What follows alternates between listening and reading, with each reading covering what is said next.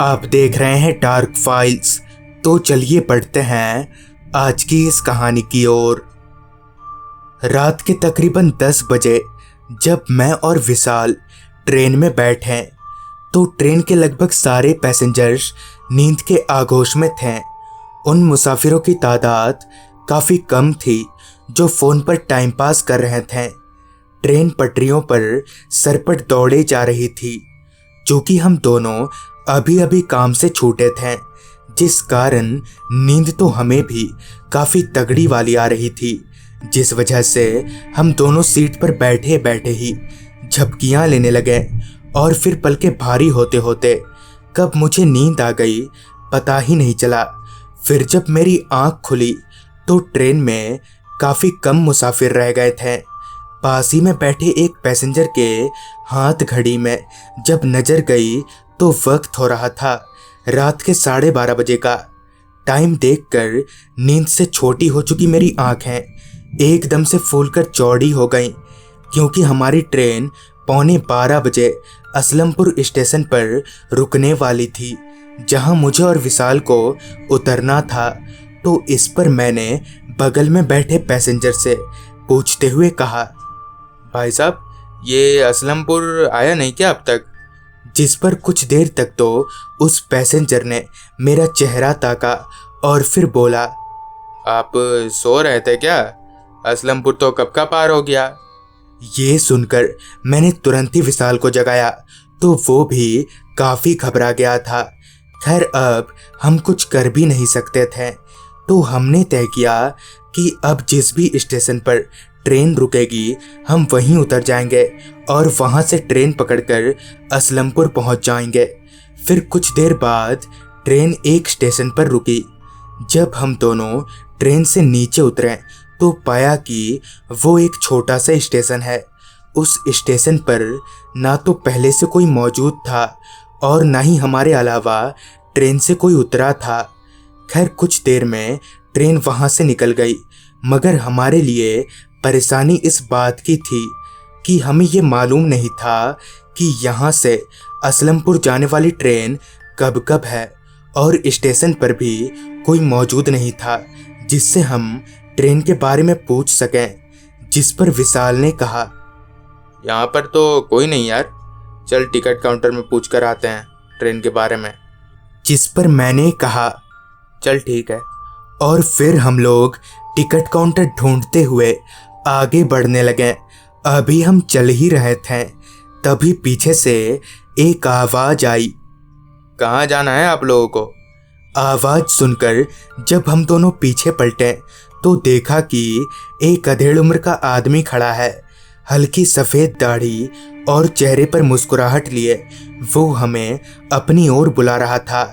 तभी मैंने और विशाल ने उसके पास जाते हुए कहा, हमें असलमपुर जाना है, ये ट्रेन कब मिलेगी? तो इस पर उस आदमी ने मुस्कुराते हुए जवाब दिया, अब कल सुबह से पहले कोई ट्रेन नहीं है, आपको आज रात भर यहीं रुकना होगा। जिस पर विशाल ने उस आदमी से कहा, अगर कोई ट्रेन नहीं है तो फिर आप यहाँ क्या कर रहे हैं? जिस पर वो आदमी बोला, मैं तो यहीं रहता हूँ। उस आदमी का ये जवाब मुझे और विशाल हम दोनों को ही काफ़ी अजीब लगा। खैर शायद इस आदमी को ट्रेन के बारे में पता होगा, ये सोचकर हम दोनों प्लेटफॉर्म में लगी एक बेंच पर बैठ गए। मगर कुछ ही देर में मोटे मोटे मच्छरों ने हमारा बैठना मुश्किल कर दिया। आलम ये था कि अब हम शांति से बैठ भी नहीं सकते थे। तभी मेरी नज़र उस आदमी पर गई तो पाया कि वो बड़े आराम से पैर फैलाकर बगल वाली बेंच पर लेटा हुआ है। उसे इतनी आराम से लेटा देख मैंने कहा, अरे भाई साहब, आपको मच्छर नहीं काट रहा? जिस पर उस आदमी ने मुस्कुराते हुए जवाब दिया, नहीं नहीं, मुझे मच्छर नहीं काटता। खैर मैंने उस आदमी की ये बात उतनी ध्यान नहीं दी और वहीं पर लेट गया। मैं किसी तरह से यही कोशिश कर रहा था कि नींद आ जाए, मगर वहाँ मच्छरों का आतंक इतना ज़्यादा था कि किसी भी हालत में मैं सो नहीं पा रहा था। अभी मुझे आंख बंद किए हुए 3-4 मिनट ही बीते थे, तभी विशाल एकदम से चीखा। उसकी चीख सुनकर मैं झट से उठकर बैठ गया, मगर विशाल मेरे बगल में था ही नहीं और न ही वो आदमी दिख रहा था। तभी फिर से मुझे विशाल के बचाओ बचाओ की आवाज़ सुनाई दी। जब उस तरफ देखा जिधर से आवाज़ आ रही थी, तो वही अधेड़ उम्र का आदमी विशाल को पैरों से घसीटते हुए प्लेटफॉर्म की दूसरी ओर ले जा रहा था। ये देखकर मेरा पारा 7वें आसमान पर चढ़ गया।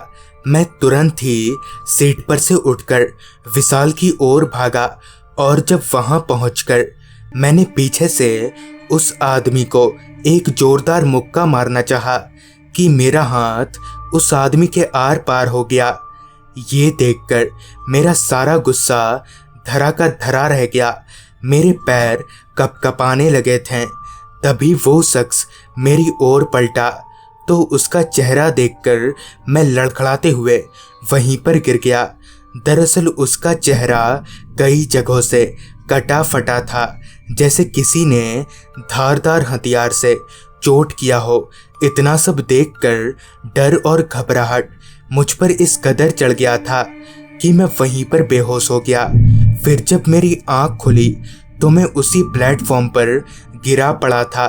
अब तक सुबह हो चुकी थी, मगर ना सिर्फ वहां से विशाल गायब था, बल्कि वो आदमी भी कहीं दिख नहीं रहा था।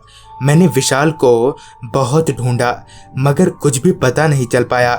फिर जब कुछ देर के बाद स्टेशन पर लोग आए तो मैंने उन्हें पूरी बात अच्छे से बताई।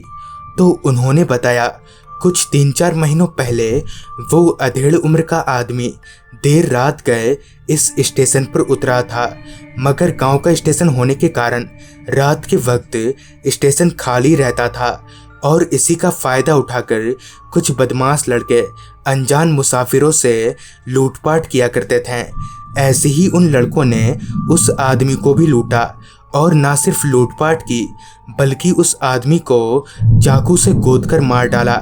और तभी से उसकी आत्मा हर रात यहाँ भटकती रहती है।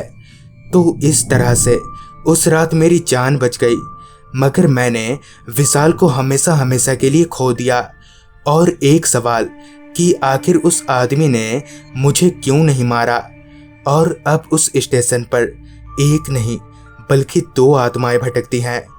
तो दोस्तों, ये थी आज की कहानी। अगर आपको ये कहानी अच्छी लगी हो तो चैनल को सब्सक्राइब कर लें। और अगर आप भी एनिमेटेड हॉरर स्टोरीज देखना पसंद करते हैं तो अभी सब्सक्राइब करें डार्क टीवी चैनल को। लिंक आपको नीचे डिस्क्रिप्शन बॉक्स में मिल जाएगी। तो मैं आर्यन जल्द ही मिलूंगा आपसे ऐसी ही एक कहानी के साथ।